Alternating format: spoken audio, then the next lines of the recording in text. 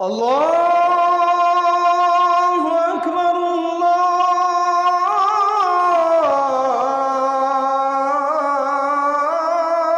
আল্লাহু আকবার।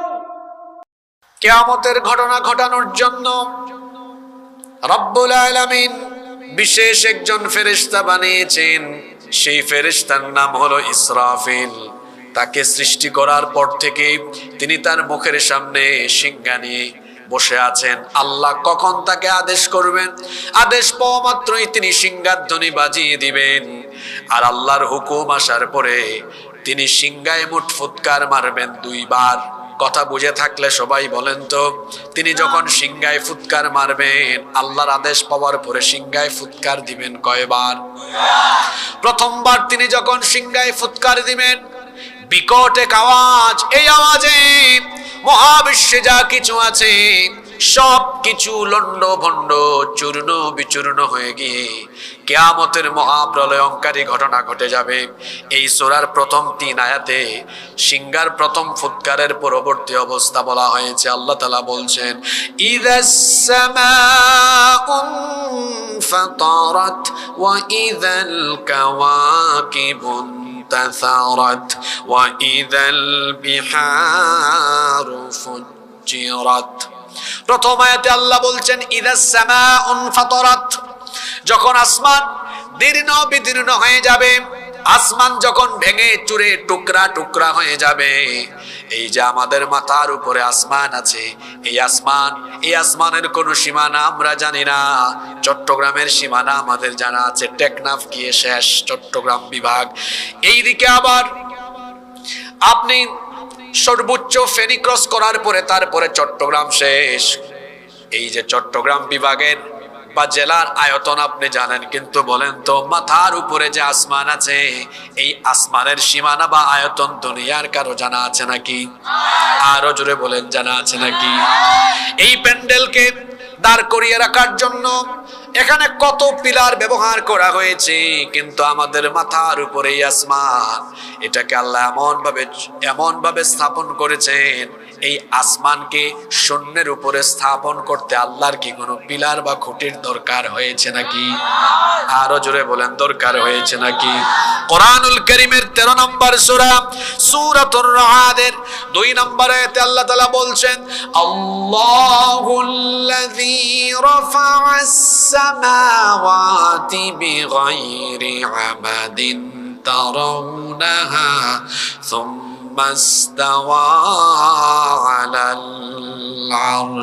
তোমাদের মাথার উপরে সুবিশাল সুউচ্চ সুবিস্তৃত আসমানকে দৃশ্যমান কোনো খুঁটি ছাড়া, দৃশ্যমান কোনো পিলার ছাড়া মাথার উপরে আসমান যিনি স্থাপন করেছেন তিনি কে? সেই আসমান আল্লাহ এমনি বানান নাই। The sky has been built as a roof for the protection of the earth. এটাকে আল্লাহ তাআলা পৃথিবীবাসীর সুরক্ষার জন্য সুরক্ষিত ছাদ বানিয়েছেন। আল্লাহু আকবার। এজন্য রব্বুল আলামিন কোরআনুল কারীমের 21 নম্বর সূরা সূরাতুল আম্বিয়া এর 32 নম্বর আয়াতে বলেছেন, ওয়াজআলনাস সামাআ সাকফান মাহফুযা। আল্লাহ তাআলা বলছেন, আর আসমানকে আমি পৃথিবীবাসীর জন্য সুরক্ষিত ছাদ বানিয়েছি। অর্থাৎ এই আসমান না থাকলে পৃথিবী এবং পৃথিবীতে বসবাসকারী কেউ সুরক্ষিত থাকতো না। এই জন্য আসমানকে আমাদের সুরক্ষার জন্য, আমাদের সেফটি, সিকিউরিটি এবং প্রোটেকশনের জন্য নিরাপত্তার ছাদ যিনি বানিয়েছেন তিনি কে? আচ্ছা, আপনাদের বাড়িতে ছাদ বা চাল আছে না? এই ছাদ বা চাল না থাকলে কি হতো? এই যে এখন শীতকাল, রাতে কুয়াশা পড়ে যেত, ঘুমাতে পারতেন না। তারপর বর্ষাকালে কি হতো? বৃষ্টি পড়তো। গ্রীষ্মকালে কি হতো? দিনের বেলা ঘরের ভেতরে থাকতেই পারতেন না। গ্রীষ্মকালে যেন ছায়া হয়, বর্ষাকালে যেন মেঘ বৃষ্টি থেকে সেফ থাকেন, শীতকালে যেন কুয়াশা থেকে, ঠান্ডা বাতাস থেকে সেফ থাকেন। এজন্য প্রত্যেকেই সেফটি, সিকিউরিটি আর বাসা বাড়ির প্রোটেকশনের জন্য উপরে কি দিয়েছেন? জোরে বলেন না, কি দিয়েছেন? ছাদ। মাথার উপরে আসমান আল্লাহ সুরক্ষিত ছাদ হিসেবে দিয়েছেন। আজকের বিজ্ঞান তা গবেষণার মাধ্যমে মানুষের বোঝার জন্য আরো সহজ করেছে। আধুনিক বিজ্ঞান গবেষণা করে দেখেছে পৃথিবীর উপরিস্থিত বায়ুমণ্ডলীয় যে স্তর আছে তার উপরে মহাশূন্যে, তার উপরে অনেকগুলো অসংখ্য উল্কাপিণ্ড রয়েছে। কোন একটা উল্কা যদি দুনিয়াতে একবার পড়ে, মানুষ তো দূরের কথা, পশু পাখি জীবজন্তু উদ্ভিদ পৃথিবীর যা আছে সবকিছু জ্বলে পুড়ে ছারখার হয়ে যাবে। কোন একটা উল্কা যেন পৃথিবীতে আসতে না পারে। এজন্য আল্লাহ তাআলা মাথার উপরে আসমানকে নিরাপত্তার ছাদ বানিয়ে পৃথিবীর সবার জন্য আল্লাহ সুরক্ষার ব্যবস্থা করেছেন। সুবহানাল্লাহ। পৃথিবীর সুরক্ষার জন্য যে আসমান বানানো হয়েছে, আসমান তো আবার একটা নয়, আসমান হলো মোট কয়টা? আল্লাহ তাআলা কোরআনে কারীমে বলেছেন, আল্লাযী খালাকা সাবআ সামাওয়াতিন তিবাকা, তিনি স্তরে স্তরে 7 আসমান বানিয়েছেন। ইসরাফিলের সিংহার ফুৎকার কতটা বিকট হবে, কতটা সাংঘাতিক হলে পরে এক সিংহারে ফুৎকারে আসমান একটার উপর আরেকটা ভেঙে চুরে টুকরা টুকরা হয়ে একটার উপর আরেকটা পড়তে থাকবে। আল্লাহু আকবার। রব্বুল আলামিন কোরআনুল কারীমের 21 নম্বর সূরা সূরাতুল আম্বিয়া এর 104 নম্বর আয়াতে বলেছেন, ইয়াউমা নাতউইস সামাআ কাতাইয়িস সিজিল্লি লিল কুতুব, কিতাবের পৃষ্ঠাকে যেভাবে গুটিয়ে ফেলা হয়, ইসরাফিলকে আল্লাহ যখন বলবেন সিংহার মধ্যে ফুৎকার দাও, প্রথমবার তিনি যখন সিংহায় ফুৎকার দিবেন, 7 আসমানকে আল্লাহ তাআলা একটার পর একটা ভেঙে চুরে টুকরা টুকরা করে দিয়ে সব কিছুকে আল্লাহ তাআলা গুটিয়ে তার কুদরতি ডান হাতে নিয়ে ফেলবেন। আল্লাহু আকবার। একটা আসমানও থাকবে না। এরপরে আল্লাহ দ্বিতীয় আয়াতে বলেছেন, ওয়া ইদাল কাওয়াকিবু ইনতাসারাত, নক্ষত্রগুলো খসে খসে টুকরা টুকরা হয়ে পড়ে যেতে থাকবে। চিন্তা করেন তো আওয়াজ, এই সাউন্ডটা কত বিকট হতে পারে। ইসরাফিল আলাইহিস সালামের একটা সিংহার ফুৎকারে আসমান একটার উপর আরেকটা টুকরা টুকরা হয়ে পড়বে। নক্ষত্রগুলো, তারকাগুলো বিক্ষিপ্ত হয়ে খসে খসে পড়ে যেতে থাকবে। এই তারকা এগুলোর সাইজ কত বড়, যে সূর্যকে আমরা দিনের বেলা দেখি, দেখতে লাগে এটা মনে হয় অনেক ছোট, আসলে বড় কোনো বস্তু যখন উপরে উঠে নিচে থেকে দেখতে সেটাকে ছোট দেখায়। যেমন বিমানবন্দরের রানওয়েতে দেখবেন বিমান কত বড়, কিন্তু যখন 45-50 হাজার ফিট উপরে উঠে যায় দেখতে লাগে পাখির মতো ছোট, রানওয়েতে লাগে বড়। সূর্যকে আপনি এত ছোট এটাতে দেখতেছেন, এটাই তো বেশি, কারণ সূর্য আমাদের পৃথিবী থেকে 50-60 হাজার ফিট দূরে নয়, হলো 15 কোটি কিলোমিটার দূরে। সুবহানাল্লাহ। মুখ দিয়ে বাইর নইব। একটা বিমান যে দেখেন এটা কত ফিট, যুবক ভাইয়েরা কথা বলে না কেন? 50-60 হাজার ফিট, তাই না? 30-40 হাজার ফিট উপরে দেখলে ছোট দেখায়, আর সূর্য তো 30-40 হাজার ফিট দূরে না, 15 কোটি কিলোমিটার দূরে অবস্থিত। আল্লাহু আকবার পড়ে। এই সূর্য হলো পৃথিবীর চাইতে 13 লক্ষ গুণ বড়। সুবহানাল্লাহ। কত লক্ষ গুণ? মানে 13 লক্ষ পৃথিবীকে সূর্যের ভেতরে ঢুকায় দেওয়া যাবে। আল্লাহু আকবার। এই যে সন্ধ্যা হলো, সন্ধ্যার পরে আপনারা আকাশে তারকা দেখেছেন না? এই তারাগুলো দেখতে সূর্যের চেয়ে আরো ছোট লাগে, তাই না? কিন্তু এগুলো সূর্যের চাইতে আরো বড়। এমনও অনেক তারকা আছে যে তারকার আলো সৃষ্টির পর থেকে আজ পর্যন্ত এর আলো দুনিয়ায় আসতেই পারে নাই। সুবহানাল্লাহ। মুখ দিয়ে বাইর নইব।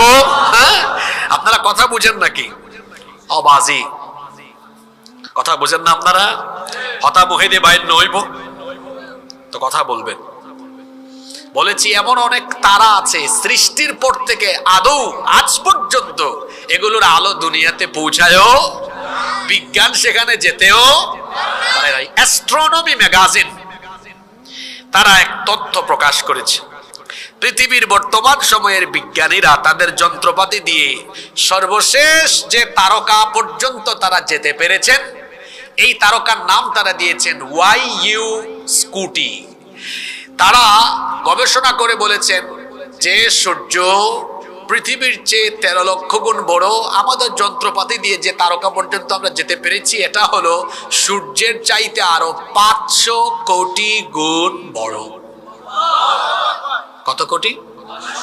আচ্ছা, হিসাব বুঝছেন কিনা? সূর্য পৃথিবীর চেয়ে কত লক্ষ গুণ বড়। আবার বিজ্ঞান কিন্তু এখনো লাস্ট সীমা পর্যন্ত যেতে পারে নাই, কিয়ামত পর্যন্ত পারবেও। তাদের ক্যাপাসিটি দিয়ে যতদূর গিয়েছে, ওই তারকা হলো সূর্যের চাইতে আরো কত কোটি গুণ বড়। চিন্তা করেন তো, ইসরাফিল যখন সিংহার মধ্যে ফুৎকার দিবে, এটা কত ডেঞ্জারাস, এটা কত মারাত্মক, এটা কত বিকট আওয়াজ। সূর্য তো শেষ হবেই। আল্লাহ অন্য সূরায় বলেছেন, ফাইদা বারিকাল বাসারু ওয়া খাসাফাল কমারু ওয়া জুমিআশ শামসু ওয়াল কমার ইয়াকুলুল ইনসানু ইয়াউমাইযিন আইনাল মাফার। সূর্য আর চাঁদকে একাকার করে গুটিয়ে ফেলা হবে। সূর্য চাঁদ সব টুকরা টুকরা হয়ে যাবে, এমনকি মানুষের চক্ষু বিস্ফোরিত হয়ে যাবে। শুধু তাই নয়, শুধু সূর্য নয়, সূর্যের চাইতে আরো লক্ষ লক্ষ কোটি কোটি গুণ বড় বড় তারকা ফেটে চূর্ণ বিচূর্ণ হয়ে টুকরা টুকরা হয়ে পড়ে যাবে। আল্লাহু আকবার! কি ডেঞ্জারাস পরিস্থিতি কিয়ামতের সময় ঘটবে। এখনো কিন্তু 2 নাম্বার ফুৎকার মারে নাই। কয় নাম্বার ফুৎকার দিয়েছে? জোরে বলেন, কয় নাম্বার? প্রথম সিংহার ফুৎকারেই আসমান শেষ। মহাশূন্যে থাকা সূর্য, চন্দ্র, গ্রহ, নক্ষত্র যা কিছু আছে সবকিছু শেষ। আসমানের খবর গেল, এবার আসমানের নিচে যা আছে তার অবস্থা কি হবে? আল্লাহ এই সূরার 3 নম্বর আয়াতে বলেছেন, ওয়া ইদাল জিবালু সুইরাত, ওয়া ইদাল বিহারু ফুজ্জিরাত। এবার আসেন আসমানের নিচে কি হবে? আসমানের নিচে কি হবে? এবার আসেন, ওয়া ইদাল বিহারু ফুজ্জিরাত। সাগরকে ফাটিয়ে দেওয়া হবে, সাগর ফেটে যাবে। আবার এর আগের সূরাতে আল্লাহ তাআলা বলেছেন সাগরের অবস্থা এমন হবে, ওয়া ইদাল বিহারু সুজ্জিরাত, সাগরের মধ্যে আগুন লাগিয়ে দেওয়া হবে। আচ্ছা বুঝেন তো, এক সূরায় বলা হয়েছে সাগরকে ফাটিয়ে দেওয়া হবে, সাগর ফেটে যাবে, আর আরেক সূরায় বলা হয়েছে সাগরের মধ্যে আগুন লেগে যাবে। কথা একরকম না 2 রকম? আস্তে বলবেন না, জোরে বলেন, কথা একরকম না 2 রকম? কথা তো 2 রকম হয়ে গেল। এই দেখেন আগের সূরা আয়াত নাম্বার 6, এটা সূরা তাকবীর, ওয়া ইদাল বিহারু সুজ্জিরাত। পরের সূরায় আল্লাহ বলেছেন, ওয়া ইদাল বিহারু ফুজ্জিরাত, সুজ্জিরাত ফুজ্জিরাত, সুজ্জিরাত ফুজ্জিরাত। এক সূরায় বলেছেন আগুন ধরবে, আর এক সূরায় বলেছেন ফেটে যাবে।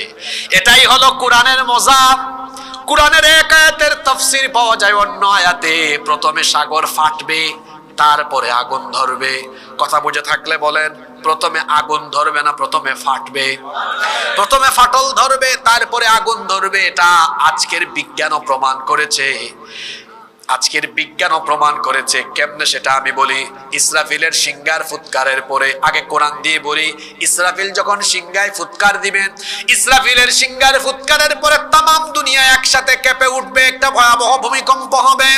ভূমিকম্পের নামে তো আল্লাহ একটা সূরাও দিয়েছেন, সূরার নাম সূরা জিলজাল।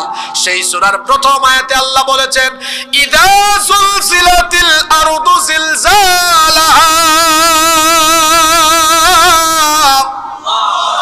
যখন গোটা জমিনকে প্রবলভাবে প্রকম্পিত করা হবে, এক ভূকম্পনের ফলে সবকিছু কেঁপে উঠবে, সাগর ফেটে যাবে। সাগর ফেটে যাওয়ার কারণে, সাগর ফাটবে বলতে সাগরের নিচে যে মাটি আছে, সাগরের নিচের মাটি ফেটে চৌচির হয়ে যাবে। যখন সাগরের অভ্যন্তর, সাগরের নিচের অংশের মাটি ফেটে যাবে, তখন সাগরের পানি এই ফাটল দিয়ে নিচের মধ্যে প্রবেশ করবে। আর সাগর যখন ফেটে গিয়ে পানি যখন নিচের দিকে নামবে, সাগরের ভূ অভ্যন্তরে মাটির নিচে আছে উত্তপ্ত লাভা, আগ্নেয়গিরি। পানি যখন সাগরের নিচের মাটি ফেটে যাওয়ার কারণে পানি যখন নিচে দিয়ে নেমে গিয়ে লাভা আর আগ্নেয়গিরির সাথে মিশ্রণ ঘটবে, পানি সেদিন তার মূল বৈশিষ্ট্যে ফিরে যাবে। বিজ্ঞানের ছাত্ররা জানে পানির মূল উপাদান হলো অক্সিজেন আর হাইড্রোজেন, একটা জ্বলে আর একটা জ্বালাতে সাহায্য করে। যখন ইসরাফিলের সিংহার ফুৎকারের পরে সাগরের ভূ অভ্যন্তরের মাটি ফেটে যাবে, উপর থেকে সাগরের পানি নিচে নেমে গিয়ে লাভা আর আগ্নেয়গিরির সাথে যখন তার মিশ্রণ ঘটবে, সাগরের বুকে সেদিন দাউ দাউ করে আগুন জ্বলে উঠবে। আল্লাহু আকবার। আসমানের উপরের সব শেষ, জমিনের আসমানের নিচে সাগর শেষ। আর ওই যে পাহাড় পর্বত, সূরা কারিয়া আজকে বিষয় দিয়েছিলেন, সেখানে আল্লাহ বলেছেন ওয়া তাকুনুল জিবালু কালইহনিল মানফুশ, পাহাড়গুলো ধুনা তুলার মতো উড়ে যাবে। সূরা মুজাম্মিলে আল্লাহ বলেছেন, সূরা মুজাম্মিলে আল্লাহ বলেছেন ইয়াউমা তারজুফুল আরদু ওয়াল জিবালু ওয়া কানাতিল জিবালু কাসীবাম মাহিলা,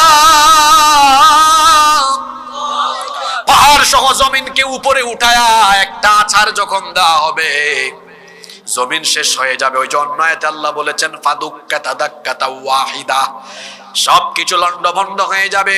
ওয়া কানাতিল জিবালু কাসীবাম মাহিলা, বৈশাখ মাসে জ্যৈষ্ঠ মাসে দেখবেন তুফান আসলে পরে, বৃষ্টি আরম্ভ হওয়ার আগে তুফানের বাতাসের সাথে কেমনে ধুলাবালু উড়ে যায়।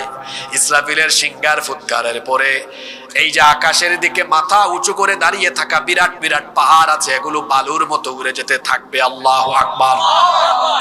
প্রথম সিংহার ফুৎকারের পরে মাথার উপরের আসমান, পায়ের তলার জমিন, যা আছে সবকিছু উলট পালট লন্ড ভন্ড হয়ে যাবে। আল্লাহ জিজ্ঞেস করবেন ইয়া দুনিয়া, হে দুনিয়া, আইনা জিবালুকি, তোর বুকের উপরে থাকা পাহাড়গুলো কোথায়? আইনা আশজারুকি, তোর গাছপালা কোথায়? আইনা আনহারুকি, তোর বুকের উপরে প্রবাহমান থাকা নহরগুলো কোথায়, নদ নদী কোথায়? আল্লাহ বলবেন আইনাল মুতাকাব্বিরুন আইনাল জাব্বারুন, প্রতাপশালী অহংকারী জালেম স্বৈরাচারেরা আজকে কোথায়, যারা ক্ষমতার অহংকার করত? কোনো জবাব আসবে না, কারণ জবাব দেওয়ার মতো তখন কেউ থাকবে না। আল্লাহ জিজ্ঞেস করবেন লিমানিল মুলকুল ইয়াউম, আজকে ক্ষমতা কার? আপনারা জবাব দিচ্ছেন, তখন তো আপনারাও থাকবেন না, কেউ থাকবে না, কারণ আল্লাহ অন্য আয়াতে বলেছেন কুল্লু মান আলাইহা ফানি ওয়া ইয়াবকা ওয়াজহু রাব্বিকা যুল জালালি ওয়াল ইকরাম, সবকিছু ফান হয়ে যাবে, ক্ষয় হয়ে যাবে, লয় হয়ে যাবে, কেবলমাত্র একজন মহামহিয়ান সত্তা থাকবেন। জুড়ে বলেন তিনি কে? সে আল্লাহ বলবেন লিমানিল মুলকুল ইয়াউম, আজকে ক্ষমতা কার, আজকে রাজত্ব কার? কেউ জবাব দেওয়ার জন্য থাকবে না, তিনি নিজে প্রশ্ন করে নিজেই জবাব দিবেন লিল্লাহিল ওয়াহিদিল কাহ্হার, আজকে রাজত্ব কার? এক সিংহার ফুৎকারে আসমান জমিন মহাবিশ্বের সবকিছু চূর্ণ বিচূর্ণ লন্ড ভন্ড হয়ে গিয়ে কিয়ামত অনুষ্ঠিত হয়ে যাবে। জোরে বলেন আল্লাহু আকবার। এবার আল্লাহ ইসরাফিলকে ডেকে বলবেন ইসরাফিল, তুমি এবার দ্বিতীয়বার সিংহায় ফুৎকার দিয়ে তোমার দায়িত্ব শেষ করো। ইসরাফিল আলাইহিস সালাম আবার দ্বিতীয়বার সিংহায় ফুৎকার দিবেন। সূরা জুমারের মধ্যে আল্লাহ দুইটা সিংহার ফুৎকারের কথা এক আয়াতে বলেছেন। আল্লাহ বলছেন ওয়ানুফিখা ফিস সূরি ফাসাইকা মান ফিস সামাওয়াতি ওয়া মান ফিল আরদি ইল্লা মান শাআল্লাহ সুম্মা নুফিখা ফীহি উখরা ফাইযা হুম কিয়ামুন ইয়ানযুরুন। আল্লাহ বলছেন যখন প্রথমবার সিংহায় ফুৎকার দেওয়া হবে, আসমান সমূহ আর জমিনে যা আছে সবকিছু তখন শেষ হয়ে যাবে। আল্লাহ যা চাইবেন তা ছাড়া সব শেষ হয়ে যাবে। সুম্মা নুফিখা ফীহি উখরা ফাইযা হুম কিয়ামুন ইয়ানযুরুন। অতঃপর যখন এরপরে পরবর্তী সিংহায় ফুৎকার দেওয়া হবে, কবরগুলো ঠাস ঠাস করে খুলে যাবে, কবর থেকে মানুষ উঠে কিয়ামতের ময়দানে গিয়ে সমবেত হবে। আপনাদের এলাকায় কবরস্থান আছে, সারা দুনিয়াতে যত কবরস্থান আছে, ইসরাফিল আলাইহিস সালাম যখন দ্বিতীয়বার সিংহায় ফুৎকার দিবেন, ঠাস ঠাস করে কবরের উপরের মাটি সরে যাবে, কবর খুলে যাবে।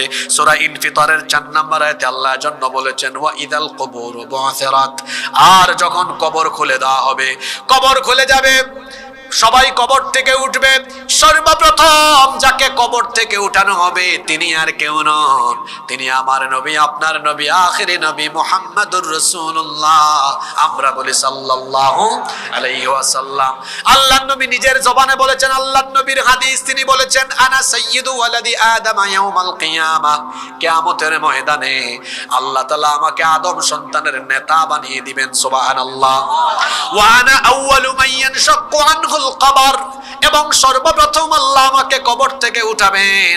আল্লাহর নবীকে সর্বপ্রথম উঠানো হবে, সবগুলো কবর থেকে অন্যান্য নবীরা এবং সকল নবীরা, সকল নবী রাসূল এবং সকল মানুষ উঠতে থাকবেন।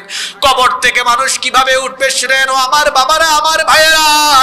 এখন সবাই সুতার তৈরি কাপড় পরিধান করে এখানে এসেছেন। যখন আপনারা মারা যাবেন, সাদা কাফন দিয়ে পেঁচিয়ে আপনাদেরকে দাফন করা হবে। ইসরাফিলের দ্বিতীয় সিংহার ফুৎকারের পরে যখন কবর খুলে যাবে, প্রত্যেকটি মানুষ তখন কিভাবে উঠবে শুনেন।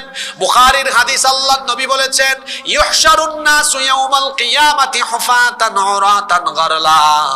মানুষ এমন ভাবে উঠবে, পায়ে কোনো জুতা থাকবে না, খতনাবিহীন অবস্থায়, গায়ের মধ্যে কোনো কাপড় চোপড় থাকবে না, একেবারে উলঙ্গ হয়ে মানুষ কবর থেকে উঠতে থাকবে। আমাদের মা, নবীজির প্রিয়তমা স্ত্রী আম্মা জানা আয়েশা রাদিয়াল্লাহু আনহা বললেন, ইয়া রাসূলুল্লাহ, আমরা বলি সাল্লাল্লাহু আলাইহি ওয়াসাল্লাম, যদি মানুষের গায়ে কাপড় চোপড় না থাকে তাহলে আমি আয়েশার কি হবে?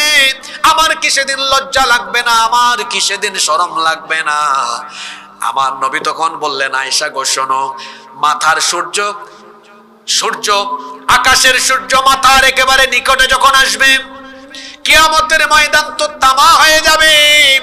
সেই দিন মানুষ আল্লাহর সামনে দাঁড়িয়ে হিসাব কেমনে দিবে?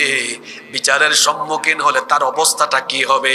এই চিন্তায়, এই পেরেশানিতে নফসি নফসি জিকির করে মানুষগুলো যে আল্লাহর ভয়ে মাথা নিচের দিকে দিবে, মাথাটা উপরের দিকে তোলার সাহসও কেউ করতে পারবে না। আল্লাহু আকবার! কি ভয়াবহ চিত্র! কবর খুলে দেওয়া হবে। আল্লাহ বলছেন ওয়া ইদাল কুবুর বু'থিরাত। আর কবর যখন খুলে যাবে, মানুষ কবর থেকে উঠতে থাকবে। এখানে আরেকটা কথা বলে ফেলি, আমার আপনার নবী আমাকে আপনাকে কত দরদ, আমাকে আপনাকে কত মহব্বত করেন, কত ভালোবাসেন। আমাদের প্রতি তার দরদ কেমন, আমাদের প্রতি তার মহব্বত কেমন। সকল নবী রাসূল কবর থেকে উঠে বলবেন নাফসি নাফসি, আমরাও বলবো নাফসি নাফসি। কবর খুলবে, আমার নবী উঠেই বলবেন আইনা উম্মতি, আইনা উম্মতি। সুবহানাল্লাহ! সেই নবী উম্মতকে কবর থেকে উঠে বলবেন না, সবার আগে উম্মত উম্মত করবেন। আল্লাহ সেদিন বলবেন, ও নবী, এখনো কি আপনি আপনার উম্মতের জন্য পেরেশান হয়ে আছেন? নবী বলবেন, অবশ্যই উম্মতের জন্য পেরেশান হয়ে আছি। আল্লাহর নবী জিবরিলকে বলবেন, আমার উম্মত কোথায়? জিবরিল বলবেন, কিয়ামত কায়েম হয়ে গিয়েছে, সবাই কিয়ামতের মাঠে যাচ্ছে। আল্লাহর নবী সেদিন মাকামে মাহমুদে যখন মাথা নত করবেন, উম্মতের চিন্তায় পেরেশান হয়ে মাথা ঝুঁকায়া দিবেন। আল্লাহর কুদরতি চরণে যখন মাথা নত করবেন, আল্লাহর রহমতের দরিয়ায় তখন জোশ মারবে। আল্লাহ বলবেন, ও আমার হাবিব, ইরফা রাসাক, ইরফা রাসাক, মাথা উঠান, সাল তুতাহু, কি চাইবেন চান। আল্লাহর নবী মাথা উঠায়া আবার বলবেন, নবী আমার উম্মতের কথা আমি বলছি, আমার উম্মত কোথায়? জাহান্নামের খাদে চলে যাচ্ছে নাকি? আল্লাহ বলবেন, নবী গো, পেরেশান হওয়ার দরকার নাই। আজকে হাসরের মাঠে আমি আল্লাহ সবার আগে আপনাকে সুপারিশের পারমিশন দিয়ে দিলাম। সুবহানাল্লাহ! আপনি আপনার উম্মতের জন্য সুপারিশ আরম্ভ করেন। আপনার যাকে মন চায় তাকে সুপারিশ করে আপনি আমার জান্নাতে ঢুকে যান। আল্লাহ সেই দিন নবীর সুপারিশ আমাদেরকে নসিব করে দিও, বলেন আমিন। ওয়া ইদাল কুবুর বু'থিরাত। ইসরাফিলের সিংহার ফুৎকারের পরে কবর খুলে দেওয়া হবে। কবর যখন খুলে যাবে, মানুষ কবর থেকে উঠে হাসরের মাঠে গিয়ে সমবেত হবে। হাসরের মাঠে যখন মানুষ যাবে, তখন মানুষের সারা দুনিয়ার সকল কর্মলিপি সম্পর্কে মানুষকে অবগত করা হবে। এজন্য আল্লাহ পরবর্তী আয়াত 5 নম্বর আয়াতের মধ্যে বলছেন, আলিমাত নাফসুম মা কদ্দামাত ওয়া আখারাত। মানুষের আগের পরের সব কর্মলিপি সম্পর্কে তাকে অবগত করা হবে। জন্ম থেকে নিয়ে মৃত্যু পর্যন্ত আপনি যা করেছেন সব কিছু আপনার সামনে চলে আসবে। আমলনামা হাতে হাতে দিয়ে দেওয়া হবে, আমলনামায় সবকিছু উল্লেখ থাকবে। প্রথম 5 আয়াতের মধ্যে আমরা কিয়ামতের 2 পর্ব জানলাম। প্রথম পর্বে সবকিছু লন্ডভন্ড হয়ে যাবে, দ্বিতীয় পর্বে মানুষ কবর থেকে উঠে হাসরের মাঠে গিয়ে সমবেত হবে। এই 5টি আয়াত আমাকে আপনাকে যে বার্তা দিল তা হলো এই, আমি আপনি সবাই একদিন আল্লাহর সামনে দাঁড়াবো। এ ব্যাপারে কি কোনো সন্দেহ আছে নাকি? আসতে বলবেন না, জোরে বলেন, সন্দেহ আছে নাকি? যেহেতু আপনাদের সন্দেহ নাই, পরবর্তী 6 নম্বর আয়াতে এবার আল্লাহ আপনাদেরকে প্রশ্ন করছেন। আল্লাহ তাআলা জিজ্ঞেস করছেন, ইয়া আইয়ুহাল ইনসানু মা গররাকা বিরাব্বিকাল কারীম আল্লাযী খালাকাকা ফাসাওয়াকা ফাআদালাক ফি আইয়ি সূরাতিন মা শাআ রাক্কাবাক। আল্লাহ এবার বলছেন, যেহেতু তুমি আমার কাছে আসবে, এত ছুটাছুটি করো কেন, এত নাফরমানি করো কেন? আল্লাহ বলছেন, ইয়া আইয়ুহাল ইনসান, হে মানুষ, মা গররাকা বিরাব্বিকাল কারীম, কোন জিনিস তোমাকে তোমার মহান রব সম্পর্কে গাফেল করে রেখেছে? কোন জিনিস তোমাকে আল্লাহর ব্যাপারে ধোকায় ফেলে রেখেছে? তুমি তো জানলে তুমি আমার সামনে একদিন আসবে, তুমি তো জানলে তুমি আমার সামনে এসে বিচারের সম্মুখীন হবে। তাহলে বান্দারে তুমি বলো তো, দুনিয়াতে তুমি কোন কারণে আমার সাথে নাফরমানি করো? কোন কারণে তুমি আমার সাথে কুফরি করো? কোন কারণে তুমি আমার বিধিবিধান লঙ্ঘন করো? আজান হয় তুমি নামাজে যাও না, আমি বললাম সুদ ঘুষ খাও না, তুমি সুদ ঘুষ খাও, আমি বললাম তুমি হারাম খাও না, তুমি হারাম খাও। মা বোনেরা শুনেন, আল্লাহ বললেন সুন্দর এই চামড়া ঢেকে রাখো, তুমি ঢেকে রাখলে না। আল্লাহ জিজ্ঞেস করছেন, তুমি তো জানলে আমার সামনে একদিন আসবে, এটা জানার পরেও কেন দুনিয়াতে তুমি শয়তানের ধোঁকায় আমার বিধিবিধান লঙ্ঘন করো? ও যুবক ভাইয়েরা, কেন জিনার সাগরে নিজেকে ডুবিয়ে রাখো? মোবাইলের সঠিক ব্যবহার না করে, কেন মোবাইলের অপব্যবহার করে নিজেকে নষ্টামির পথে, ধ্বংসের পথে, নিজেকে কেন খারাপ পথে, জাহান্নামের পথে পরিচালিত করো? আল্লাহ জিজ্ঞেস করছেন, মা গররাকা বিরাব্বিকাল কারীম, কোন জিনিস তোমাকে তোমার রব সম্পর্কে গাফেল করে ফেললো? তোমার রব হলেন এমন, যার সাথে তুমি নাফরমানি করো। কেমনে পারো রে বান্দা? তোমার রব তো হলেন তিনি, আল্লাযী খালাকাকা ফাসাওয়াকা ফাআদালাক ফি আইয়ি সূরাতিন মা শাআ রাক্কাবাক। তোমার সেই আল্লাহর সাথে তুমি কেমনে নাফরমানি করো? তোমার সেই রবের সাথে তুমি কেমনে নাফরমানি করো? আল্লাযী খালাকাকা, যিনি তোমাকে সৃষ্টি করেছেন, ফাসাওয়াকা ফাআদালাক, এরপরে তিনি তোমাকে সুঠাম এবং সুসামঞ্জস্যপূর্ণ করেছেন। তুমি তোমার রবের সাথে কেমনে নাফরমানি করো? তুমি তো এক সময় কিছুই ছিলে না, অস্তিত্বহীন ছিলে, প্রাণহীন ছিলে। সেই অস্তিত্বহীনতা থেকে, প্রাণহীনতা থেকে আমাদের অস্তিত্ব যিনি দিয়েছেন, গলার আওয়াজ বড় করে বলেন তিনি কে? সে আল্লাহ বলছেন, কেমনে তুমি আমার সাথে নাফরমানি করো? তোমার ওজন কত? 60 কেজি 70 কেজি নাফরমান, 60 কেজি 70 কেজি শরীর নিয়ে তুমি আল্লাহর সাথে নাফরমানি করো। সে আল্লাহ বলছেন, তুমি জিরো ছিল না, কিছুই ছিল না। জিরো তো মানুষ উল্লেখ করে, জিরো লিখে, আল্লাহ বলছেন সেটাও ছিল না। আল্লাহ মানুষের নামে সূরা দিয়েছেন, সূরা ইনসান। সেই সূরার প্রথম আয়াতে আমাকে আপনাকে আল্লাহ বলছেন, হাল আতা আলাল ইনসানি হিনুম মিনাদ দাহরি লাম ইয়াকুন শাইআম মাযকুরা। মানুষের জীবনে কি এমন একটি সময় যায়নি যখন সে উল্লেখ করার মতো কিছুই ছিল না, নামও ছিল না? বলেন তো দেখি, আপনাদের নাম রাখা হয়েছে জন্মের আগে না জন্মের পরে? ঠিকানা ছিল না, ঘর ছিল না, বাড়ি ছিল না। বলেন তো, আমার আপনার ঘর বাড়ি দুনিয়াতে আসার 100-200 বছর আগে ছিল নাকি? আসতে বলবেন না, জোরে বলেন, ছিল নাকি? আল্লাহ বলছেন, তুমি কেমনে নাফরমানি করো আমার সাথে? কি করে আমার আইন কানুন, আমার বিধিবিধান লঙ্ঘন করো বান্দা, নিজের অস্তিত্ব নিয়ে চিন্তা করো। তুমি তো কিছুই ছিলে না, আমাদেরকে কিছু একটা বানালেন কে? কেমনে বানালেন সেটাও আল্লাহ বলছেন, শোনো তুমি এমনি এমনি আসো নাই, আমি তোমাকে কেমনে বানিয়েছি শোনো। কোরআনুল কারীমের 23 নম্বর সূরা সূরাতুল মুমিনুনের 12 নম্বর আয়াত থেকে আল্লাহ বলছেন, ওয়ালাকাদ খালাকনাল ইনসানা মিন সুলালাতিন মিন طين ثم جعلناه نطفة في قرار مكين ثم خلقنا النطفة علقة فخلقنا العلقة مضغة فخلقنا المضغة عظاما فكسونا العظام لحما। কি সুন্দর করে আল্লাহ বলছেন, শোনো তোমার এত ওজন কেমনে হয়েছে, কোথা থেকে এসেছো? আল্লাহ অন্য সূরায় বলেছেন, আলাম ইয়াকুন নুতফাতাম মিন মানিয়্যিন ইউমনা, তুমি কি এক ফোঁটা স্থলিত শুক্রবিন্দু, এক ফোঁটা স্পাম ছিলে না? এত বাহাদুরি কিসের করো? ক্ষমতা পাইলে বড়াই করো। আল্লাহ বলছেন তোমার অস্তিত্ব কোথা থেকে হয়েছে শোনো, এমন এক ফোঁটা নাপাক পানি থেকে আমি আল্লাহ তোমাকে বানিয়েছি, যে নাপাক পানি বের হয়ে গেলে মানুষের উপর গোসল ফরজ হয়। এই রকম এক ফোঁটা নাপাক পানি থেকে আমি আল্লাহ তোমাকে বানিয়েছি। সেই শুক্রবিন্দুকে আমি তোমার মায়ের জরায়ুর ভেতরে ফি করারিম মাকিন, সুরক্ষিত জায়গার মধ্যে রেখে দিয়েছি।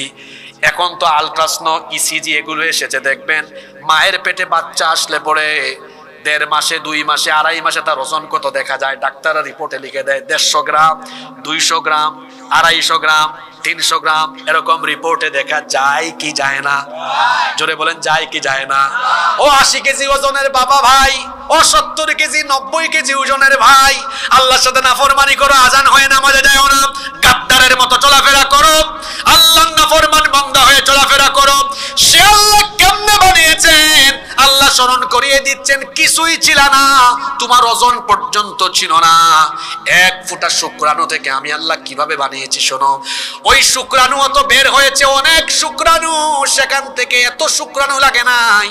এক ফোঁটা শুক্রাণুকে আল্লাহ মায়ের জরায়ুর ভেতরে সুরক্ষিত জায়গায় রেখেছেন। তারপরে আল্লাহ তাআলা ওই শুক্রাণু ফুটাকে জমাট বাঁধা রক্তে পরিণত করেছেন। অতঃপর সেই জমাট বাঁধা রক্তকে গোশতপিণ্ডে পরিণত করেছেন।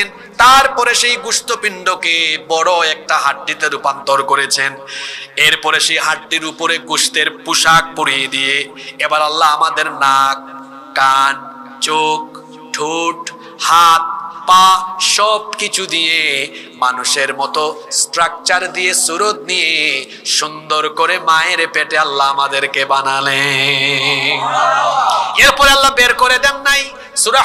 সূরা হজের 5 নম্বর আয়াতে আল্লাহ বলেছেন, ওয়ানুকিরু ফিল আরহামি মা নাশাউ ইলা আজালিম মুসাম্মা।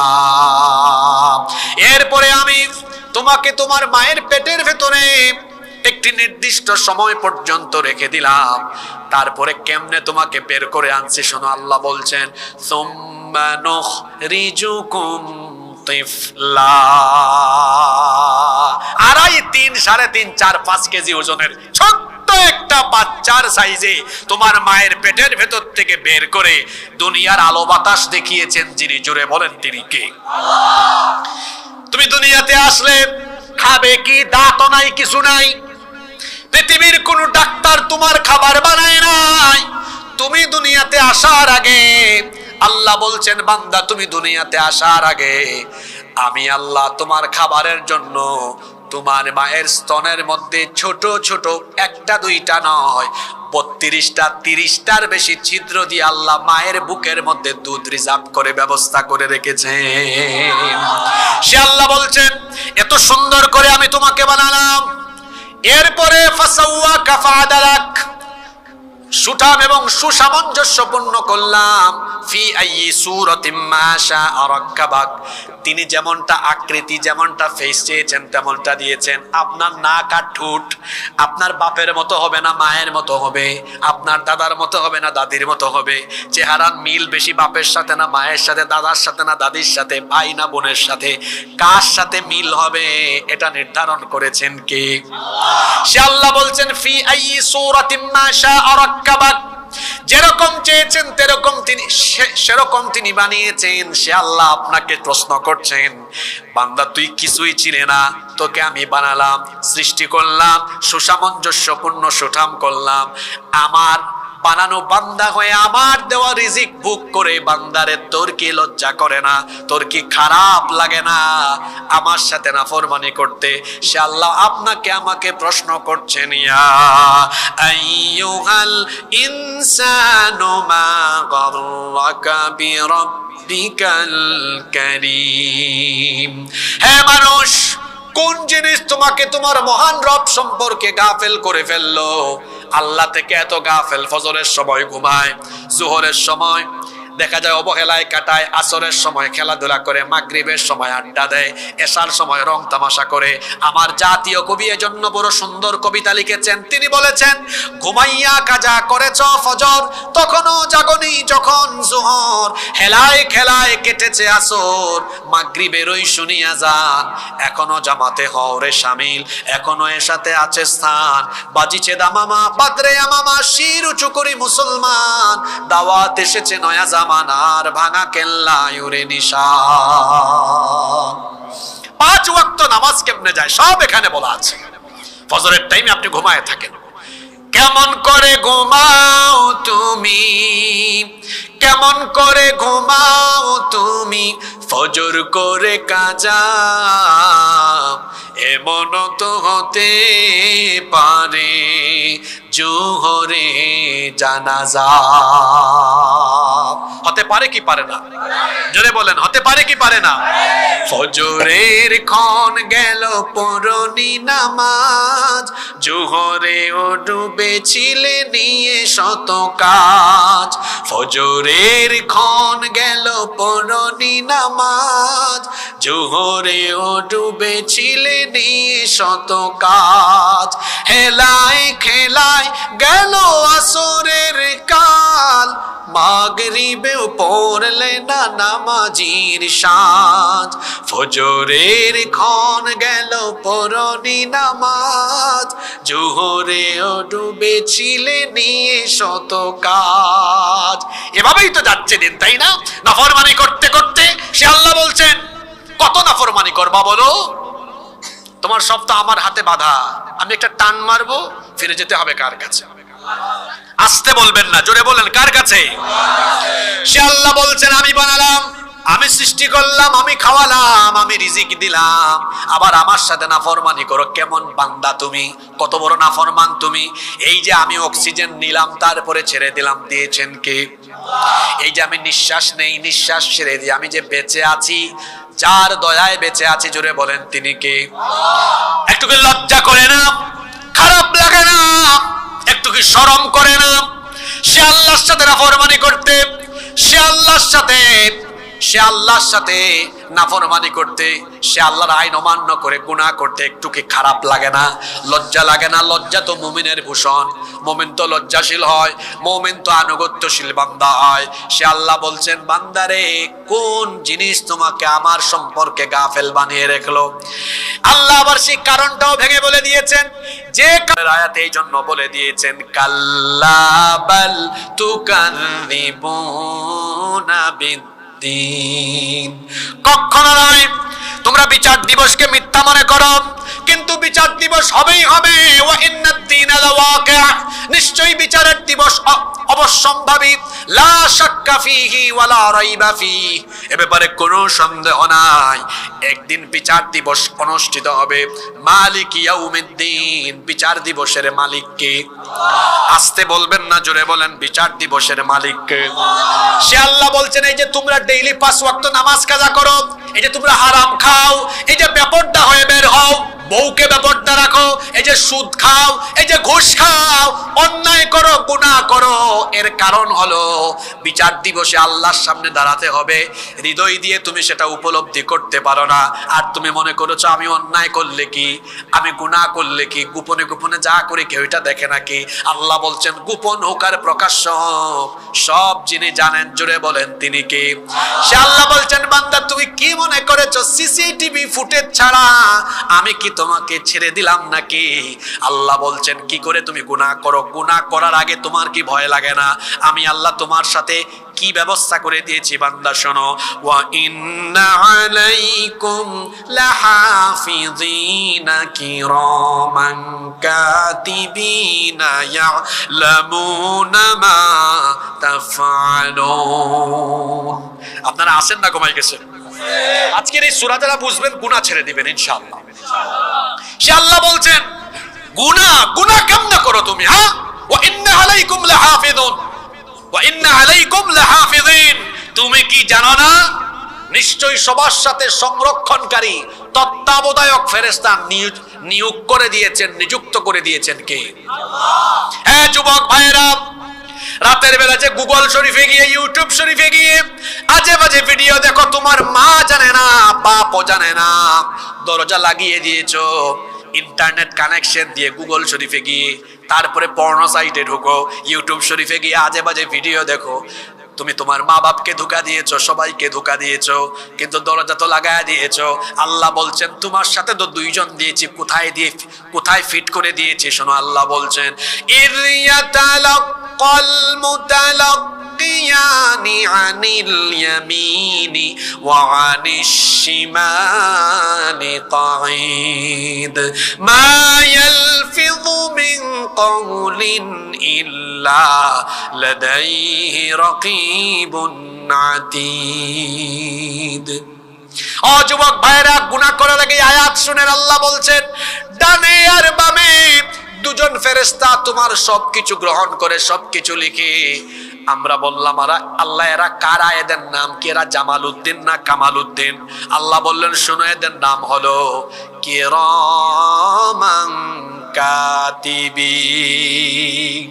এদের নাম হলো কিরামান, এরা সম্মানিত লেখক। এরা হলেন এমন, তুমি মোবাইলে কি দেখো কি শুনো তোমার বাপও জানে না, মাও জানে না, কিন্তু এই দুইজন কিরামান কাতিবিন এরা হলেন এমন, ইয়ালামুনা মা তাফআলুন, তোমরা যা করো সব তারা জানে, সব তারা জানে। আপনার আমার সবার রিপোর্ট লেখা হচ্ছে। হাসরের মাঠে যখন আমরা দাঁড়াবো, আল্লাহ বলবেন ফেরেশতাদের লেখা রিপোর্ট এবার মানুষের হাতে হাতে দাও, ওইটাকেই বলে আমলনামা।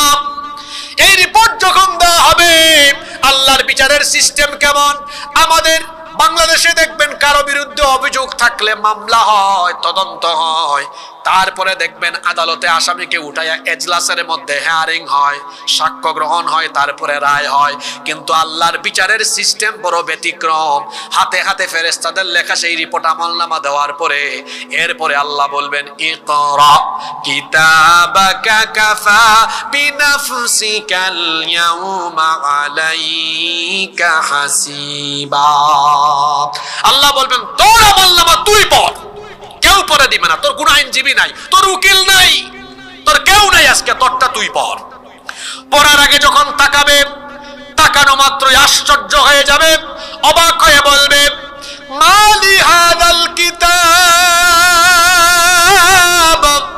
এ কেমন আমলনামা, লা ইউগাদিরু সগীরাতান ওয়ালা কাবীরাতান ইল্লা আহসাহা। কি আশ্চর্য রিপোর্ট, কি আশ্চর্য আমলনামা। আমার জীবনের ছোট বড় কোনো একটা কাজ এখানে বাদ পড়ে নাই। ও যুবক ভাইরা, কেমনে রাতের বেলা জিনার সাগরে ডুব দাও, কি করে গুনাহ করেন, কি করে পাপ করেন আপনি কি জানেন না? আপনার সাথে আল্লাহ দুইজন ফেরেশতা নিয়োগ করে দিয়েছেন কিরামান কাতিবিন ইয়ালামুনা মা তাফআলুন। আপনি যা করেন সব তারা জানে, সব তারা লিখে লিখে রাখতেছে। কিয়ামতের ময়দানে এই আমলনামা সবার হাতে হাতে দেওয়া হবে। এই আমলনামার ভিত্তিতে আল্লাহ বিচার আরম্ভ করবেন। আপনি ভাববেন না দুনিয়ায় যেমন গাদ্দারি করে বাঁচেন, কিয়ামতের ময়দানে গাদ্দারি করে বাঁচতে পারবেন না। কেউ যদি বলে আল্লাহ এই যে ফেরেশতারা আমলনামায় যা যা লিখেছে একটা কামও আমি করি নাই, এই আমলনামায় লিখে আমি নামাজ পড়ি নাই, এই আমলনামায় লিখে আমি চোর, আমি দুর্নীতিবাজ, আমি ডাকাত, আমি জিনা করেছি, বদমাশি করেছি, আমি মানুষের হক মেরে খেয়েছি, যে যা যা লেখা একটা কাজও আমি করি নাই, আপনি যদি সেদিন স্বীকার না করেন জুড়ে বলেন তো বাঁচতে পারবেন নাকি? অস্বীকার করলেও বাঁচতে পারবেন না। যদি বেশি ফটর ফটর করেন জবানের মধ্যে আল্লাহ তাআলা লাগাই দিবেন। আল্লাহর বিচার কেমন শুনেন, আল-ইয়াউমা নাখতিমু আলা আফওয়াহিহিম ওয়া তুকাল্লিমুনা আইদিহিম ওয়া তাশহাদু আরজুলুহুম বিমা কানু ইয়াকসিবুন। ঠোঁট বন্ধ, তালা লাগিয়ে দেওয়া হবে, হাত পা কথা বলবে। এই যে হাতের আঙ্গুলগুলো দিয়ে মোবাইলে স্ক্রল করেছেন, আজে বাজে ভিডিও দেখেছেন, এই হাত দিয়ে মানুষের আইল ঠেলাঠেলি করেছেন, পত্রিকায় ইসলামের বিরুদ্ধে লেখালেখি করেছেন, এই হাত দিয়ে আলেমদেরকে পিটিয়েছেন, এই হাত দিয়ে যত মানুষের উপর জুলুম করেছেন, সেই দিন আপনি বলা লাগবে না, হাত সবকিছু ঠাস ঠাস করে ফাঁস করে দিবে কার কাছে? পা কথা বলবে। শুধু তাই নয়, অন্য আয়াতে আল্লাহ বলেছেন শাহিদা আলাইহিম সামউহুম ওয়া আবসারুহুম ওয়া জুলুদুহুম বিমা কানু ইয়ামালুন। ভাই রে ভাই, কি বিচার এগুলো আল্লাহর! হ্যাঁ, কান, চোখ, শরীরের চামড়ার পর্যন্ত জবান খুলে দেওয়া হবে। আল্লাহু আকবার। কালো চশমা লাগাও যুবক, কালো চশমা লাগাইয়া রাস্তাঘাটে তুমি তারপরে মেয়েদেরকে দেখো, কালো চশমার আড়ালে কি দেখো? কেউ দেখে না, কিন্তু আল্লাহ বলছেন ইয়ালামু খাইনাতাল আয়ুনি ওয়া মা তুখফিস সুদূর। চোখের খেয়ানত কেউ জানে না, জানেন কে? অন্তরের গোপন খবর কেউ জানে না, কিন্তু সেটাও যিনি জানেন জোরে বলেন তিনি কে? সে আল্লাহ বলছেন তোমার কান দিয়ে কি শুনেছো কান আমার কাছে বলবে, চক্ষু দিয়ে কি দেখেছো চোখ বলবে। এমন কি আজকে মহিলা প্যান্ডেল আছে, বেপর্দা নারী যারা বেপর্দা হয়ে বের হয়েছে, তার শরীরের চামড়া পর্যন্ত কথা বলবে। শুনতেছেন আপনারা? কি আয়াত চিন্তা করেন, শরীরের কি কথা বলবে? শীতের দিন এসেছে, আপনারা সবাই সরিষার তেল, বডি লোশন, তারপরে যে অলিভ অয়েল, জৈতুন তেল, তারপরে গোসলে গেলে পরে লাক্স সাবান, মেরিল সাবান, শাওয়ার জেল। আর মহিলাদের অবস্থা তো আরো খারাপ, তারা দেখা যায় লোশন মাইরাও তার উপরে আটা, ময়দা, কত কিছু মারে। এই যে চামড়ার এত যত্ন নিলেন, এই চামড়া কিয়ামতের দিন আপনার বিরুদ্ধে কথা বলবে কার কাছে? জাহান্নামীরা তখন বলবে, দেখেন আল্লাহর কোরআনের আয়াত, জাহান্নামীরা তখন বলবে ওয়াকালু লিজুলুদিহিম লিমা শাহিদতুম আলাইনা ক্বালু আনতাকানাল্লাহুল্লাযী আনতাকা কুল্লা শাই।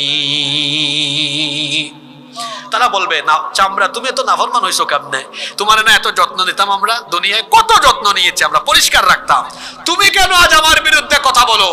চামড়া বলবে নাফরমান, তুই এই চামড়ার যত অপব্যবহার করেছিস, যত কুকর্ম করেছিস, বাক শক্তিদাতা আল্লাহ আজ আমার জবান খুলে দিয়েছেন। আল্লাহু আকবার। মা বোনরা, আল্লাহর বানানো, আল্লাহর দেওয়া এই সুন্দর চামড়া ঢেকে পর্দা করে বুরকা পরিধান করে তারপরে ঘর থেকে বের হবেন, নইলে এই চামড়া কিয়ামতের দিন আপনার বিরুদ্ধে আল্লাহর কাছে সব ফাঁস করে দিবে। ও আমার যুবক ভাইয়েরা, আমার বাবারা, আমার ভাইয়েরা, এই শরীরের যত যন্ত্রপাতি আছে, হাত, পা, চোখ, কান, চামড়া পর্যন্ত সেদিন কথা বলবে। আল্লাহু আকবার। খবরদার সে আল্লাহর নাফরমানি করবেন না। আল্লাহ বলছেন আমি তো তোমাদের সাথে ফেরেশতা নিয়োগ করে দিয়েছি, এমন ফেরেশতা কিরামান কাতিবিন ইয়ালামুনা মা তাফআলুন, তারা সব জানে, সব লিখে এটাই কিয়ামতের মাঠে সবার হাতে হাতে দেওয়া হবে।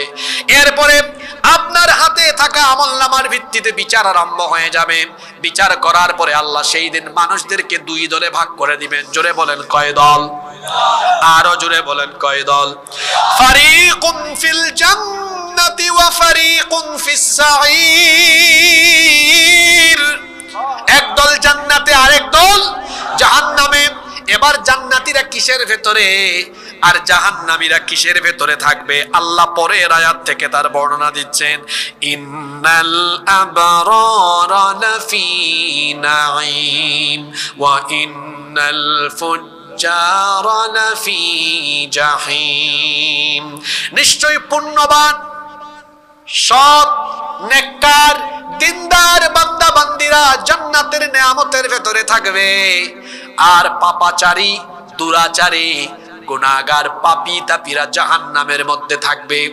জান্নাতীরা জান্নাতের নেয়ামতে থাকবে, সৎকার লোক, সৎ লোকেরা, ভালো লোকেরা, ইমানদারেরা, দিনদার লোকেরা জান্নাতের নেয়ামতে থাকবে। আর জান্নাত এমন জায়গা, আল্লাহ বলছেন ওয়া ইযা রাআইতা সুম্মা রাআইতা নাঈমান ওয়া মুলকান কাবীরা।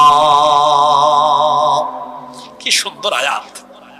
যখন জান্নাতে তুমি তাকাবে, ডানে তাকাও, বামে তাকাও, সামনে তাকাও, পিছনে তাকাও, উপরে তাকাও, নিচে তাকাও, যেদিকেই তাকাবে শুধু নেয়ামত, শুধু নেয়ামত, নেয়ামত আর নেয়ামত দেখবে। সুবহানাল্লাহ পড়বেন না? কেমন নেয়ামত! সুবহানাল্লাহ। জান্নাতীদের তো আলাদা পোশাক আছে, আলাদা গেটআপ, সেটআপ, আলাদা বালাখানা, বিল্ডিং। আপনাদের এই কি বলে চকরিয়া, এই চট্টগ্রামের বিল্ডিং এর মতো, তাই না? লিবনাতুম মিন যাহাবিন ওয়া লিবনাতুম মিন ফিদ্দাহ ওয়া মিলাতুহা আল মিসকুল আযফার ওয়া হাসবাউহা আল লুলু ওয়াল ইয়াকুত ওয়া তুরবাতুহা জাফরান।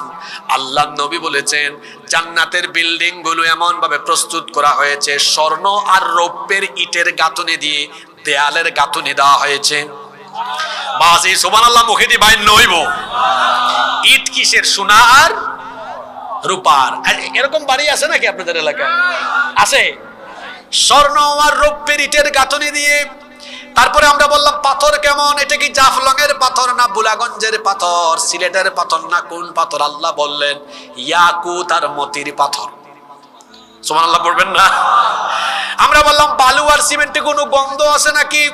আল্লাহর নবী বলেছেন সেটাতে থাকবে ওয়া মিলাতুহাল মিসকুল আযফার, মিশকের সুগন্ধ। আমরা বললাম নিচে কোন দেশি টাইলস? ইটালিয়ান না ইন্দোনেশিয়ান? আল্লাহ বলছেন হাসবাউহাল লুলু ওয়াল ইয়াকুত ওয়া তুরবাতুহা জাফরান ওয়া তুরবাতুহা জাফরান।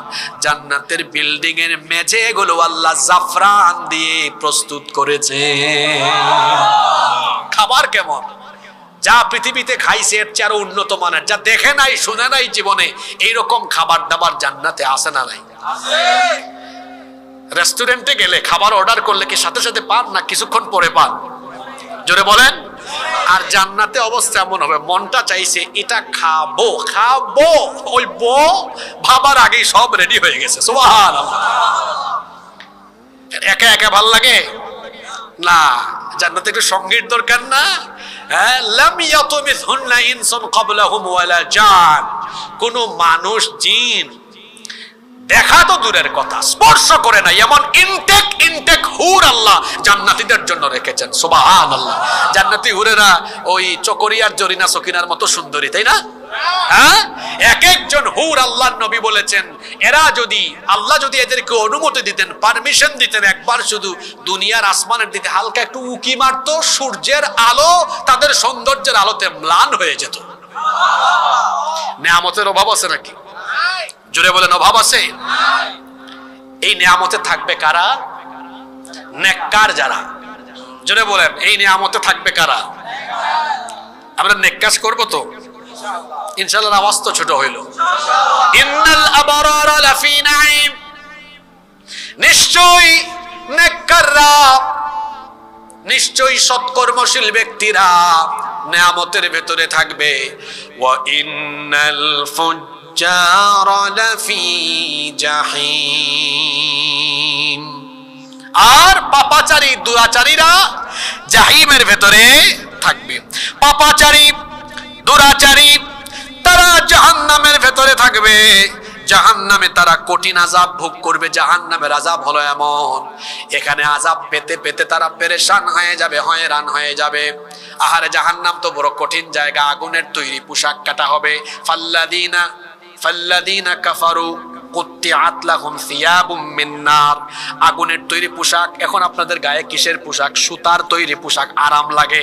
আর আগুনের তৈরি পোশাক যখন জাহান্নামীদেরকে পরানো হবে, সব কিছু জ্বলে পুড়ে ছারখার হয়ে ইউসাব্বু মিন ফাওকি রুউসিহিমুল হামিম, মাথার উপরে উত্তপ্ত ফুটন্ত পানি ঢালা হবে।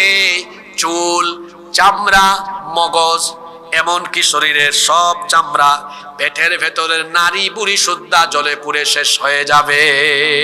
এই রকম করে জাহান্নামীদের উপরে আযাব আর আযাব চলতে থাকবে। নেক কাজ যারা করবে, নেক কাজের বিনিময়ে তারা জান্নাতের নেয়ামতে চলে যাবে।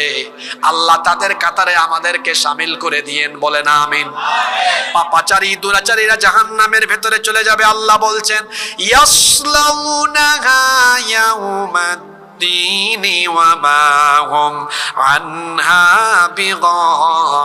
বিগাইবিন। সেই দিন তারা সেখানে প্রবেশ করবে, কেউ সেখান থেকে বের হতে পারবে না, অনুপস্থিত থাকতে পারবে না। আল্লাহ তাআলা বলছেন অবশ্যই সেখানে তাদেরকে ঢুকানো হবে। এরপরে আল্লাহ বলছেন, ও নবী, যেই দিন এত কিছু ঘটবে, এই সকল জিনিস যেই দিন ঘটবে, সেই দিনের নাম হলো ইয়াউমুদ্দিন, মানে বিচার দিবস। জোরে বলেন কোন দিবস? আরো জোরে বলেন কোন দিবস? এবার আল্লাহ প্রশ্ন করছেন, ওয়ামা আদরাকা মা ইয়াউমুদ্দিন সুম্মা মা আদরাকা মা ইয়াউমুদ্দিন। যেই দিন এগুলো ঘটবে সেই দিন বিচার দিন। ও নবী, আপনি কি জানেন নাকি বিচার দিবস কি? যেহেতু প্রশ্নটা গুরুত্বপূর্ণ, এজন্য আল্লাহ দুইবার প্রশ্ন করেছেন, সুম্মা মা আদরাকা মা ইয়াউমুদ্দিন, অতঃপর আপনি কি জানেন বিচার দিবস কি? আল্লাহ নিজে প্রশ্ন করে নিজেই জবাব দিয়ে দিলেন, সেই দিনটা হবে এমন, ইয়াউমা লা তামলিকু নাফসুন লিনাফসিন শাইআ ওয়াল আমরু ইয়াউমা ইযিল লিল্লাহ। সেই দিন কেউ কারো জন্য কোনো কিছু করতে পারবে না। আপনার ভাই বিপদে, বোন বিপদে, আপনি আপনার ভাই বোনের সাহায্যে এগিয়ে যাবেন। আপনি বিপদে পড়ে দেখেন আপনার এলাকার মানুষ, আপনার বন্ধু বান্ধব এগিয়ে আসবে। দুনিয়াতে মানুষ বিপদে পড়লে মানুষ একজন আর একজনের বিপদে এগিয়ে যায়, কিন্তু বিচার দিবস হবে এমন, ওয়ালা তাজিরু ওয়াজিরাতুন ওয়িজরা উখরা, কেউ কারো বোঝা বহন করবে না, কেউ কারো দায়িত্ব নিবে না। সেই দিন মানুষ পালাবে আর পালাবে।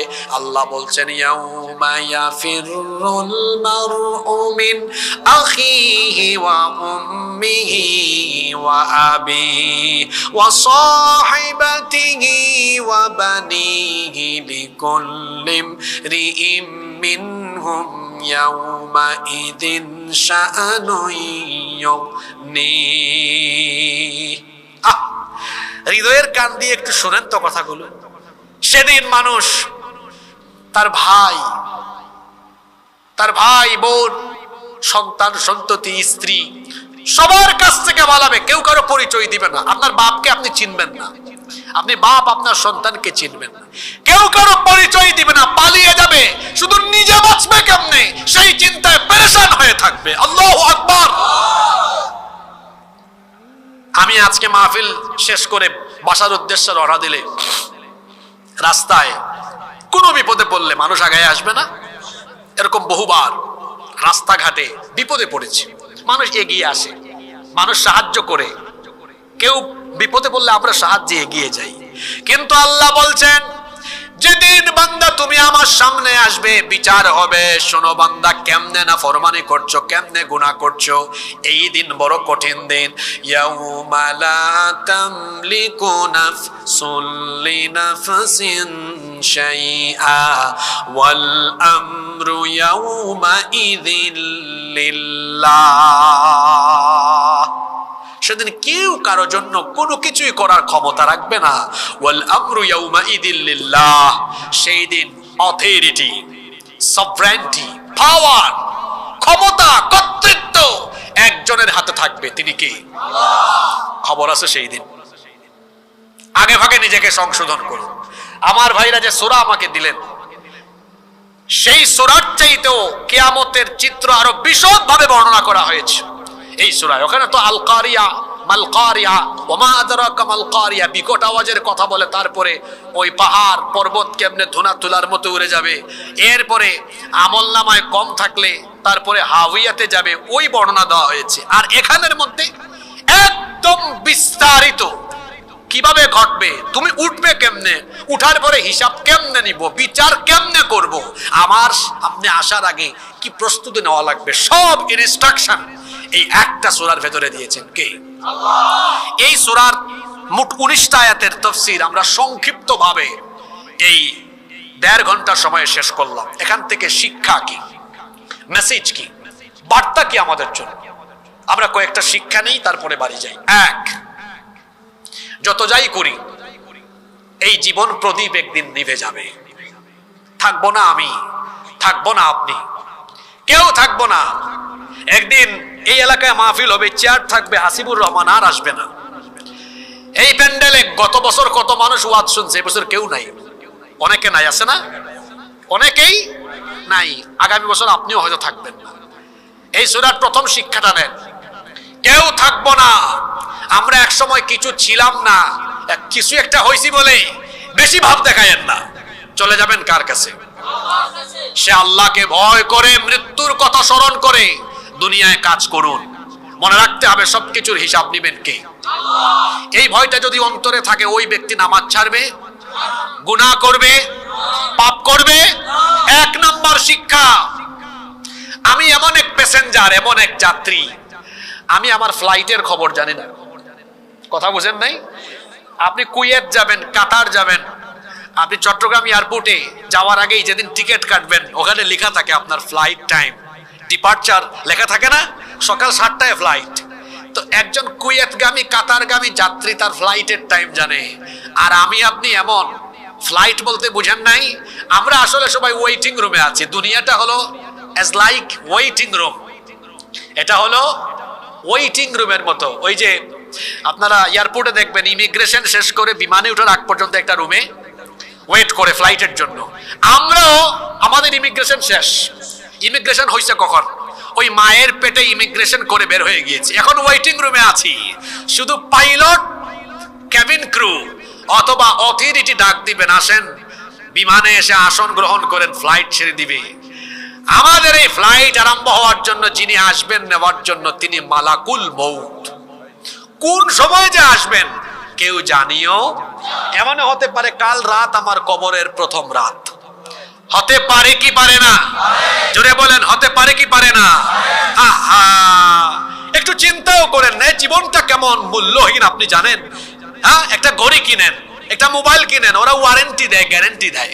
আপনার জীবন তো এত মূল্যহীন, এর নাই কোনো ওয়ারেন্টি, নাই কোনো কিছুই নাই।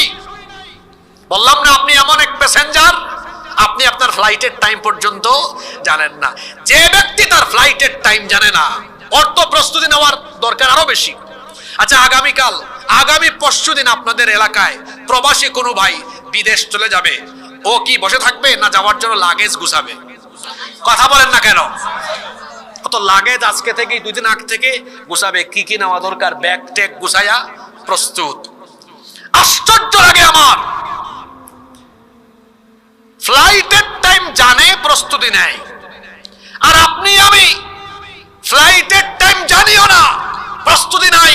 এই যে ফজর আজকে গেল, জোহর আসর মাগরিব গেল, কিসের প্রস্তুতি আপনার বলেন? লজ্জা করে না? খারাপ লাগে না? শয়তানের গোলাম হয়ে জীবন কাটিয়ে দিচ্ছেন, এ কেমন জীবন আপনার? আপনি যখন নামাজে যান না তখন খুশি হয় কে? আর নামাজে গেলে খুশি হয় কে? আপনি নামাজ ছেড়ে দিয়ে কার গোলামি করেন? আপনি শয়তানের গোলামি করতে করতে নিজেকে আপনি শয়তানের খলিফা বানিয়েছেন, শয়তানের মুরিদ বানিয়েছেন। এই রকম নিজেকে শয়তানের গোলাম বানাতে লজ্জা করে না? খারাপ লাগে না? শয়তান কি আপনার বিবেকে পেশাব করে দিয়েছে নাকি? এভাবে বেনামাজি হয়ে হয়ে এভাবেই কি আপনি আল্লাহর সামনে যাবেন নাকি? নিজের বিবেকের দরজায় আজকে এই প্রশ্নগুলো রাখেন। খারাপ লাগে না আপনার? লজ্জা লাগে না? হ্যাঁ, আপনার তো ফ্লাইটের টাইম নেই মিয়া, আপনি জানেন না আপনার টাইম কখন। এই প্যান্ডেল থেকে বাড়ি ফিরবেন এই নিশ্চয়তাটুকু আপনার নাই। আপনার ফ্লাইটের টাইম জানেন না, আর আপনার কারবার দেখে আমি তো অবাক। নামাজ নাই, আল্লাহর দিন নাই, কোরআন নাই, কিছুই নাই। আপনার এইসব কাজ কারবার দেখে অবাক হই, আশ্চর্য হই, এ কেমন জীবন আপনার? ওই বেটা কুয়েত যাবে, কাতার যাবে, তার ফ্লাইট 13 তারিখ 14 তারিখ জেনে প্রস্তুতি নেয়। আপনি যদি অন্তত জানতেন মৃত্যুর কথা আল্লাহ এই জন্যই গোপন রাখছেন, কারণ মৃত্যুর কথা জানলে মানুষের হাসিত এমন, সে মরার আগের দিন পর্যন্ত গুনাহ করবে, মরার দিন সকালে তওবা করে ঠিক হবে। এজন্য আল্লাহ মরার বিষয়টা গোপন রেখেছেন, যাতে করে ওই মৃত্যুর কথা মাথায় রেখে আল্লাহকে ভয় করে মানুষ জীবন চালায়। এই সূরার শিক্ষা হলো আল্লাহর ভয় জাগ্রত রেখে মালাকুল মউত আসার আগ পর্যন্ত আমরা পরকালমুখী জীবন গঠন করব ইনশাআল্লাহ। আল্লাহ সবাইকে তৌফিক দান করেন। সাদাকাল্লাহুল আযীম। মাহফিল কমিটির কোনো বক্তব্য থাকলে শুনবো, না থাকলে মোনাজাত দিই।